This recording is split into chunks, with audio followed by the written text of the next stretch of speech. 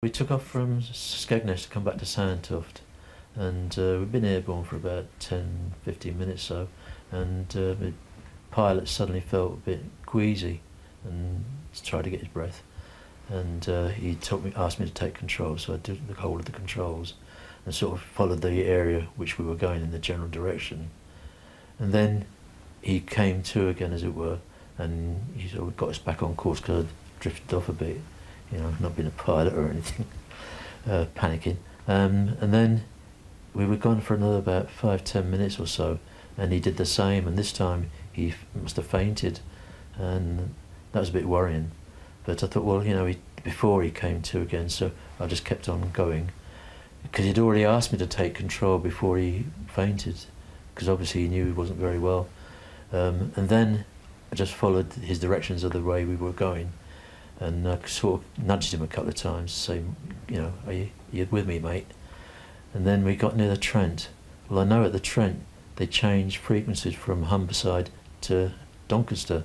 Well, I hadn't a clue how to change frequency, and if I'd changed frequency I'd have probably got the wrong channel, and we'd be talking to somewhere down in Clapton or something.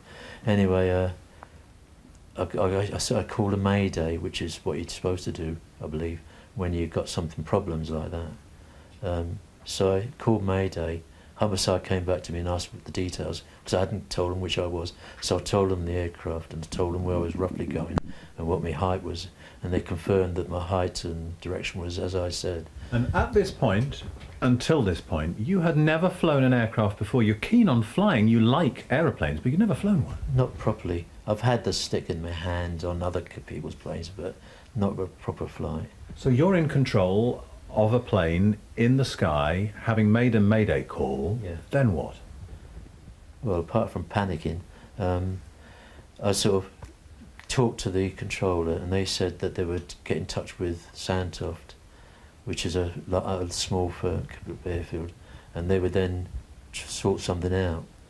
And they said they'd also speak to Doncaster, which was nearer where I was. But then they came back and said that they were deciding that because I was on their frequency, it would be better that I stayed on their frequency, so that I wouldn't lose them if I changed frequency. And they guided me back to Humberside.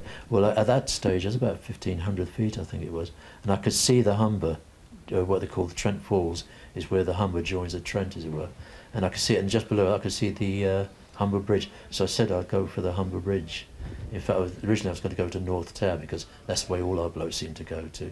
So I headed that way, but I drifted slightly right. And they said when I got near the Humber Bridge to turn right and follow the main road south towards the airfield. So meanwhile, a major incident has been instigated on the ground. The fire has been called, the ambulance has been alerted, the RAF have been scrambled, and they put helicopters up into the air. When did you first see them? Well, they told me when I was getting nearer to this airfield that they had got a helicopter scrambled and they'd be getting in my sight too. So they said if I looked to my left slightly I'd be able to see them. Well, I saw them at 11 o'clock because they got the flashing lights and things. And then they circled round, and then they asked me to latch on behind him, and they would try and take me down onto the short runway, which was not the runway in use because of the crosswind at the time. At this time it was starting to get dusk, so I followed them down, but I couldn't see the runway. So we aborted that, and I went round. They said, right, go round. And I did another go round, followed out in the distance. I came back in under their instruction, and I just didn't get it right, so I had to go back up again.